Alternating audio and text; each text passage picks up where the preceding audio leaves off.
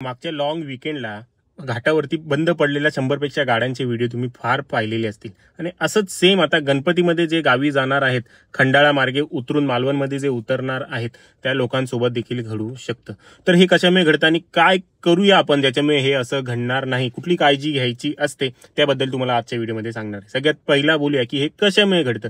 तर हे घडण्याचे सगळ्यात मोठा रिझन आहे क्लच प्लेटचं हीट होणं। आणि हे क्लच प्लेट कशामुळे हीट होते, ट्रॅफिकमध्ये जेव्हा गाडी घाटावरती हळूहळू थांबत चढते त्याच्यामुळे हे होतं। तर हे कशामुळे होतं, जेव्हा आपण खूप जास्त क्लच राईड करतो, क्लच राईड म्हणजे हाफ क्लच वरतीच गाडी उचलणे, एक्सेलेटर न देणे किंवा ट्रॅफिकमध्ये थांबलेले असताना क्लच वरती पाय तसंच ठेवणे, न्यूट्रल करून नाही ठेवणे, याच्यामुळे ह्या गोष्टी होतात। तुम्ही बोलाल माझी गाडी नवीन आहे, नवीन असू दे जुनी असू दे, तुमचा क्लच जर बर्न झाला, जळाला तर अशा वेळेला तुमची गाडी जागेवरनं हलणार नाही। तर कुठल्या गोष्टीची काळजी घ्यायची, सगळ्यात महत्त्वाची गोष्ट म्हणजे कधी ट्रॅफिकमध्ये जास्त वेळ उभा राहताय, गाडी न्यूट्रलमध्ये करा आणि क्लचवरचा पाय सोडून उभे राहा। आणि गाडी जेव्हा वर घेताय, हिल वरती सरकवताय, तर अशा वेळेला तुम्हाला काय करायचं, हँडब्रेकची जी पद्धत आहे, हँडब्रेकच्या मदतीने जी आहे ती घ्यायची, जेणेकरून मग तुम्हाला हाफ क्लच वापरायची गरज लागणार नाही।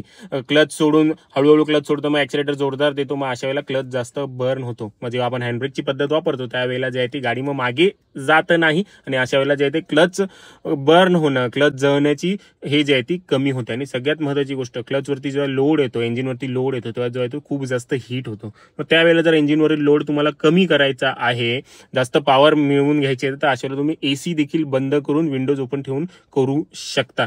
आणि दुसरी महत्त्वाची गोष्ट, जर तुम्हाला कुठेतरी असा रबर जळण्यासारखा वास आला तर अशा वेळेला तुम्ही समजून जायचं तुमची क्लच प्लेट जी आहे ती जळत आहे। जर ती जळायला सुरुवात झालेली आहे, थोडीफार जळत आहे, तर अशा वेळेलाच थोडा लेफ्ट साईडला थांबा, 15 मिनिटं 20 मिनिटं अर्धा तास वाट पहा आणि नंतर जे आहे ती पुन्हा ड्रायव्हिंगला सुरुवात करा। नाही तर तुम्ही तसंच गाडी चालवत राहाल आणि क्लच जर पूर्णच डॅमेज झाली, पूर्णच जळाली, तर अशा वेळेला तुम्ही कितीही एक्सेलेटर द्या, गाडी तुमची पुढे जाणारच नाही आणि क्लच प्लेट जी आहे ती पूर्ण जळून जाईल। मग तुमचं जर्नी जे आहे ते आहे तिथे राहील, तुम्हाला गाडी गॅरेजला घेऊन जावी लागेल। त्यामुळे ह्या गोष्टीची काळजी घ्या, क्लच जास्त राईड करू नका, हँडब्रेकच्या मदतीने जे आहे ती गाडी वर घेऊन जात जा आणि न्यूट्रल वगैरे करत राहा। जो असा करतो त्यासोबत हा व्हिडिओ शेअर करा, त्यांना देखील याची मदत होईल। जे कोकणात जाणार आहेत, ह्या मार्गे जाणार आहेत, त्यांच्यासोबत देखील हा व्हिडिओ शेअर करा।